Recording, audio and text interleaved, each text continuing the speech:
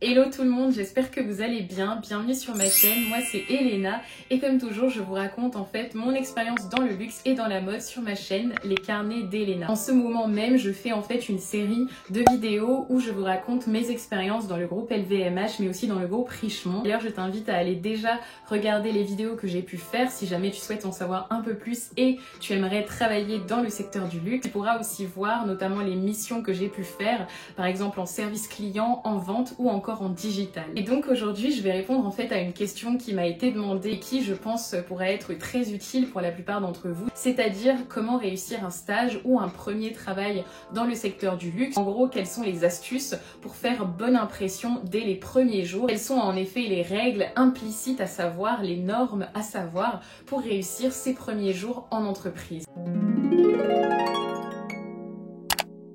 Donc on va commencer par le premier conseil, il s'agit de bien choisir sa tenue professionnelle. Dans le milieu professionnel, l'apparence, donc la tenue vestimentaire, tout comme votre attitude, finalement votre attitude professionnelle, compte énormément. Mon conseil c'est le suivant, adaptez-vous au style vestimentaire des personnes de votre équipe. Par là je veux dire que si par exemple dans votre équipe personne ne porte de basket, dans ce cas évitez les premiers jours d'arriver en basket en entreprise. Je pense que vous devez vraiment faire attention, vous devez vraiment avoir l'œil, c'est-à-dire être observateur de tout ce qui se passe et notamment de la tenue vestimentaire. Après, bien entendu que si vous travaillez en boutique, ne faites pas attention à ce conseil. Moi par exemple chez Louis Vuitton, en fait on avait déjà des tenues qui nous étaient confiées de la maison Louis Vuitton, donc évidemment on n'avait pas vraiment à devoir s'adapter au groupe puisqu'on avait des tenues qu'on devait porter. Maintenant on va passer à mon deuxième conseil, c'est celui-ci, c'est poser des questions. Quand on commence en entreprise, on a toujours plein de questions, on a toujours plein d'informations à devoir assimiler et mon conseil c'est vraiment celui-ci, poser des questions. Et ça peut être des questions toutes bêtes comme par exemple comment fonctionne la machine à café, où se trouve la boulangerie la plus proche de l'entreprise. N'ayez vraiment pas peur de les poser car ça prouve en fait votre curiosité et votre envie d'en savoir un peu plus sur la structure et l'entreprise en question. C'est vrai qu'en entretien d'embauche, il y a toujours cette partie, notamment en fin d'entretien, où on est amené en fait à pouvoir poser des questions. Et bien entendu, une fois en entreprise, vous aurez encore plus de questions parce que vous serez vraiment dans l'ambiance, dans l'environnement, donc n'hésitez surtout pas à poser vos questions. Mon autre conseil, c'est aussi de vous aider de vos collègues. Finalement, ne posez pas toutes vos questions à votre responsable ou à votre manager. Moi, je me souviens que chez Louis Vuitton, clairement, mon manager n'avait pas le temps de répondre à toutes mes questions. Et justement, c'est finalement grâce à l'équipe, grâce à la solidarité de l'équipe, qu'en fait, on va pouvoir avoir accès à certaines informations. Maintenant, mon troisième conseil,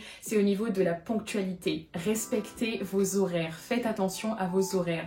En fait, la ponctualité, je pense que c'est une des bases de toute relation professionnelle. En fait, c'est simple. Si vous êtes tout le temps en retard, ce sera mal perçu. Alors, c'est pas moi qui le dis, c'est pas moi qui veux que ce soit mal perçu, mais de façon générale, dans le milieu de l'entreprise, la ponctualité, c'est vraiment un signe de sérieux. Donc, faites bien attention à respecter vos horaires. Alors après, certaines entreprises n'ont pas toujours des horaires fixes, mais demandent par exemple que les employés soient arrivés au bureau de 8h30 à 9h30. Mon conseil, c'est vraiment celui-ci. N'arrivez pas à 9h29 par exemple. N'arrivez pas le dernier. Essayez d'arriver plus tôt, si ce n'est par exemple le premier dans les bureaux. Alors après, je suis complètement d'accord que quand on travaille dans le centre de Paris, mais qu'on habite en dehors de Paris, c'est un peu compliqué, on dépend des transports, on dépend du métro. Franchement, c'est quelque chose que j'ai vécu quand j'étais chez Louis Vuitton, donc je comprends complètement. Mais pour le coup, essayez vraiment de prévoir un maximum de temps.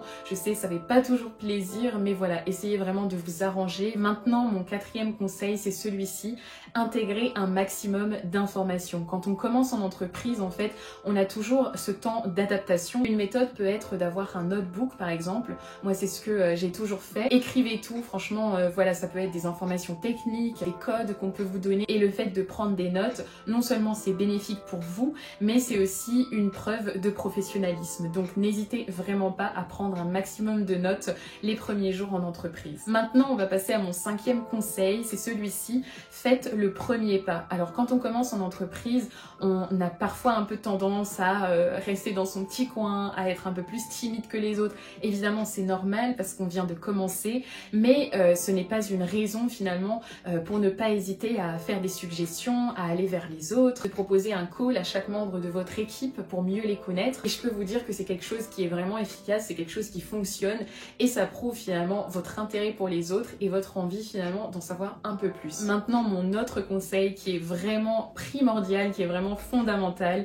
c'est celui-ci. Retenez bien les prénoms mais aussi les noms de vos collègues. Alors il n'y a rien de pire que de confondre le prénom d'un collègue ou encore d'envoyer un email à une personne qui n'était pas vraiment concernée. Donc faites très attention, retenez vraiment bien les prénoms et noms de famille de vos collègues. Et c'est justement pour ça que mon conseil juste avant, celui en fait finalement de faire le premier pas et d'aller à l'encontre des autres, ce conseil va vraiment vous aider parce que après vous saurez vraiment quel visage correspond à quel prénom. Ce qui est génial quand on commence en entreprise, c'est que vous allez rencontrer tout un tas de personnes et peut-être comme ça vous allez repérer certains points en commun.